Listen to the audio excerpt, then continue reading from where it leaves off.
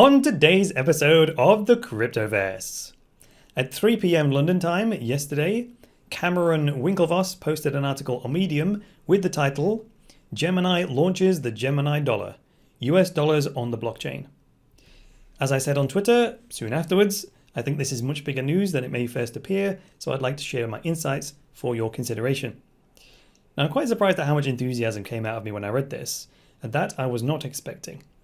In fact, the last time I was this enthusiastic about something was when I first discovered today's sponsor, which is RoboForm. So RoboForm is not only the best password manager app I've ever used, it's one of the best software apps I've ever used, period. It keeps all of my cryptocurrency activity secure by allowing me to create a unique and complex password for every single service that I use without the need to remember them all. That way, if any one of the services gets hacked, the damage is limited to that one service, since the hacker can't use the same password to log into everything else that I'm involved in. Now, RoboForm plugs into your web browser, it has an associated mobile app, it all syncs in the cloud for a seamless experience.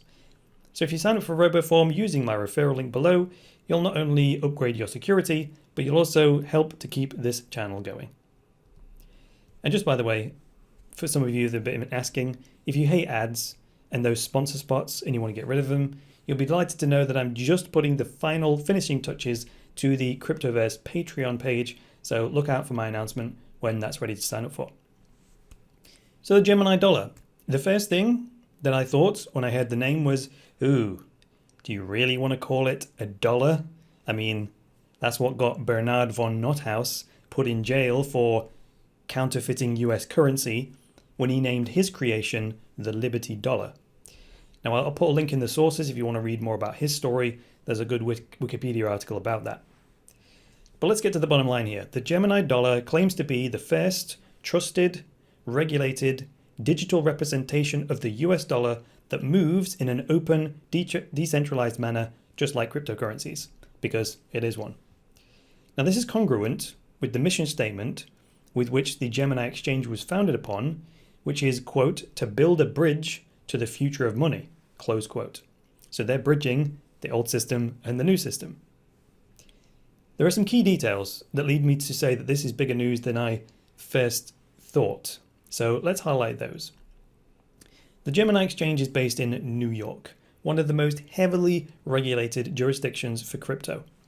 The BIT license is a special license that you have to be granted in order to operate a cryptocurrency business out of New York. When that was first introduced, it put a lot of crypto businesses out of business, and it caused a lot of others to move out of the New York area completely.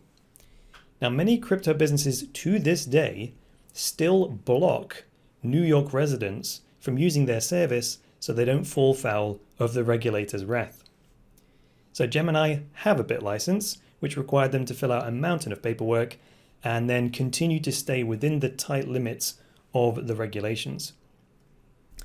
When you consider that the vast majority of the investment world is still completely brainwashed by the notion of regulation equals trust, it makes sense for the Winklevoss twins to appeal to that rather than trying to fight it. So that's a sign of their intelligence, in my opinion. They understand the wisdom of meeting people where they are. So this makes the Gemini Dollar the world's first regulated crypto stablecoin, which will be under the watchful eye of the New York State Department of Financial Services. This very well may be the beginning of the end for Tether. Not because Tether is about to implode or anything like that, but because it's now just not going to be able to compete with the Gemini Dollar. Why do I say that? Well, because the New York regulators are just not going to stand for endless delays to provide audits like Tether has got away with for years now. So Gemini will be subject to a monthly audit to verify that there is at least $1 US in their bank account for every $1 Gemini dollar in circulation. To their credit, Gemini have already published the webpage where these audits will appear, as well as providing their first audit showing their opening balances for the launch. So here is the webpage where the independent accountants reports will be published, and you'll see there's a link on this page from the 9th of September to this report, which is the launch report. So this audit was conducted by BPM LLP, an accounting, consulting and tax firm. This is their website.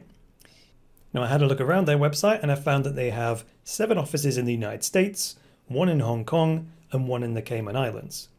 And if you want to scrutinize this firm a bit more closely, I'll provide a link to their website in the sources. But back to the Gemini Dollar. It works kind of like Tether in the sense that you deposit US dollars in your Gemini account and then you can convert them to Gemini dollars. You can also do that process in reverse, of course, which is by depositing your Gemini dollars in your Gemini account and then converting them back to US dollars. And then, of course, transferring them to your US dollar bank account if you wish. Another gobsmacking fact is that the US dollar deposits will be held at a US bank that is covered by the FDIC Deposit Insurance Scheme. It's actually a Wall Street bank called State Street, if you're interested. Next, you may be wondering how the Gemini Dollar interacts with the rest of the crypto ecosystem. Well, Gemini made the decision to build the Gemini Dollar, the GUSD, as an ERC20 token, which means it lives on the Ethereum network. Now, being an ERC20 token means it immediately inherits all the compatibility of the ERC20 ecosystem, including the ability to be stored on a Ledger Nano S hardware wallet. And get this, you can start using the GUSD right now. It's live. It's launched. In fact, check this out. I'm going to hop over to Etherscan because what I found was the Gemini token smart contract. So here it is. This shows how many GUSDs there are currently in circulation. It shows how many wallets are using it, and it also shows a list of transfers happening in real time.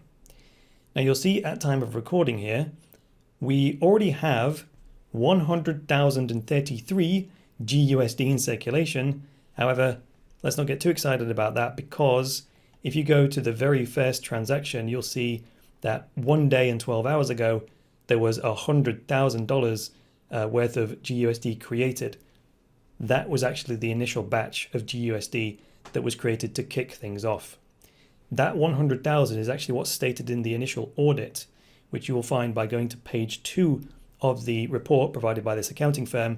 It says right here, on the 9th of September at 6:19 p.m. Eastern Time, we have 100,000 Gemini dollars issued and 100,000 US dollars reconciled in the bank balance of Gemini's accounts. So people are just testing it out. There's some very, very small transactions for $5 here, $5 there. So you can keep an eye on that on the Ethereum blockchain yourself. I'll provide the link to Etherscan in the sources as always. So this is the kind of audit we're going to expect to find on Gemini's website every single month, and the amount that they report in their bank should match exactly the number of GUSD in circulation according to the Ethereum smart contract, and that data we can pull for ourselves. In terms of the security of these smart contracts, here's an interesting document. This is an audit report from a company called Trial of Bits, who spent 8 person weeks assessing how robust the GUSD code was.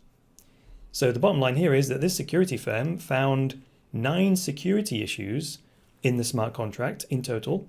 They were fixed by Gemini engineers, then verified to the security firm's satisfaction.